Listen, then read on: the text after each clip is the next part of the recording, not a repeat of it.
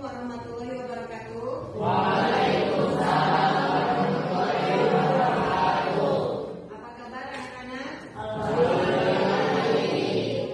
Semoga kita berada dalam sehat walafiat ya.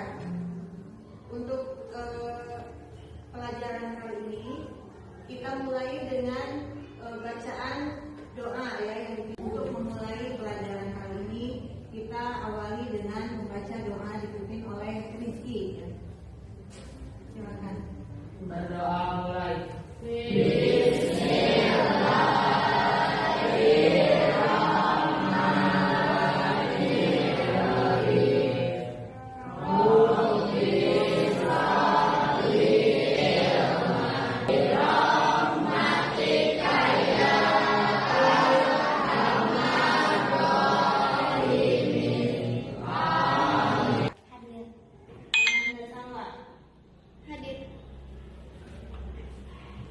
Aninda hadir. Bahas tentang norma dan keadilan. Tujuan dari pembelajaran norma dan keadilan ini yang pertama adalah peserta didik mampu menumbuhkan rasa syukur. Kemudian peserta didik diharapkan mampu menyadari pentingnya penegakan hukum untuk ketertiban. Kemudian menganalisis pentingnya norma dalam kehidupan bermasyarakat dan mampu mempraktekkan perilaku mentaati norma dalam lingkungan sekolah. Gambar yang di depan itu mendeskripsikan bagaimana menurut kalian. Ya, silakan. Tidak boleh putar balik. Ya, tidak boleh putar balik. Nah, di mana kalau misalkan orang ini melanggar putar balik, apa yang akan terjadi? Ya. Ya, silakan. Apabila putar balik akan kecelakaan. Ya, nah, jadi kita harus mentaati segala peraturan yang ada. Nah, ini contohnya di jalan ya. Jadi tidak boleh memutar balik. Soalnya akan terjadi kecelakaan yang mengakibatkan fatal untuk keadaan pengendara tersebut ya. Jadi, gambar yang tadi berhubungan dengan norma yang akan kita bahas sekarang ya. Norma merupakan pedoman perilaku untuk melangsungkan kehidupan bersama-sama dalam suatu kelompok masyarakat. Tersebut menggambarkan bahwa kita wajib mentaati peraturan yang ada dalam kehidupan bermasyarakat di mana kita tinggal. Manusia merupakan makhluk sosial dan berkelompok. Sebagai makhluk sosial, manusia membutuhkan orang lain untuk memenuhi kepentingan masing-masing ya. Nah, kepentingan manusia ini aturan dalam kehidupan bermasyarakat yang disebut dengan norma ya. Norma diperlukan untuk mengatur hubungan antara manusia agar tidak terjadi kekacauan ya. Norma yang mengendalikan tingkah laku.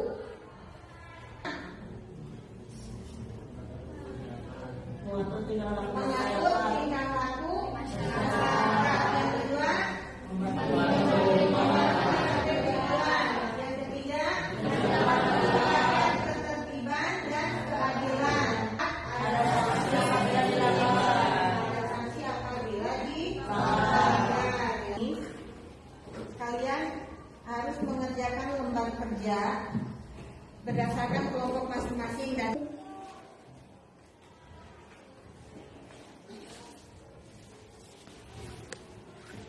isi lembar kerja tersebut berdasarkan hasil diskusi.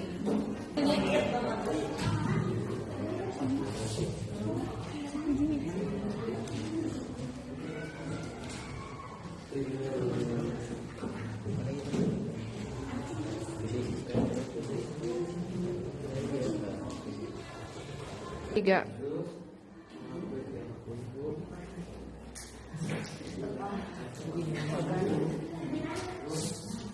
Coba presentasikan gambar yang ada di sini.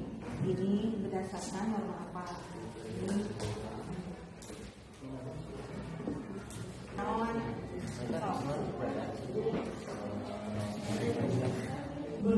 Gimana ngobrolnya? 3. Tentang norma ya.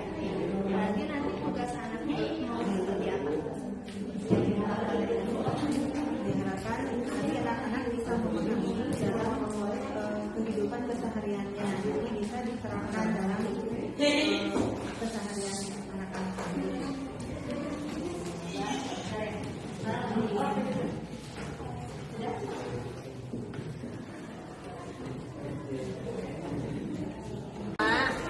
Perubahan ditulis norma agama merupakan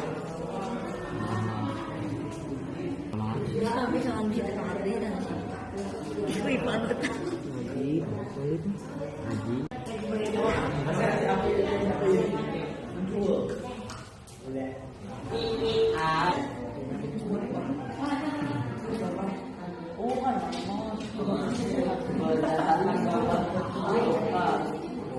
Silakan untuk kelompok 1 untuk mempresentasikan di depan. Silakan. Dengarkan. 3. Assalamualaikum warahmatullahi wabarakatuh.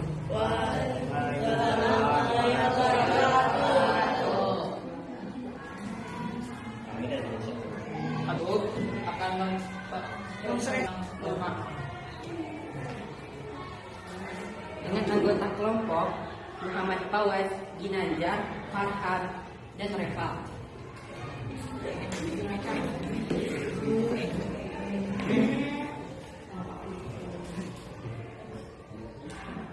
Ya. Hasil diskusi kami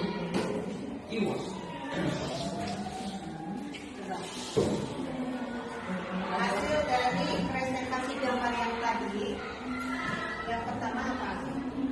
norma agama. Norma agama adalah norma yang berkaitan dengan Tuhan Yang Maha Esa. Contohnya beribadah. Untuk kedua, norma kesopanan adalah norma yang berkaitan dengan adat istiadat. Contohnya menghormati orang tua. Ketiga, nomor kesusilaan adalah norma yang berkaitan dengan hati nurani. Contohnya membuli teman yang sebaiknya tidak boleh dilakukan. Yang keempat, norma hukum adalah norma yang bersumber dari lembaga yang berwenang. Semua norma bisa dilanggar akan ada sanksi. Ya, silakan. Apabila ada teman kita yang dibully, Apabila ada teman kita yang dibully, itu termasuk kepada norma apa gitu? Oh, ya, silakan. Termasuk norma kesusilaan. Akibatnya apa?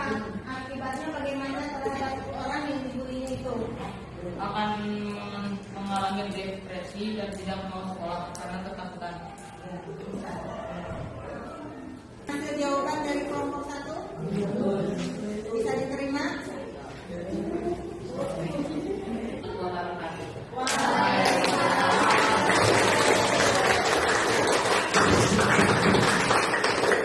Lanjutkan hasil diskusinya. Sekarang bagian kelompok yang kedua. Silakan.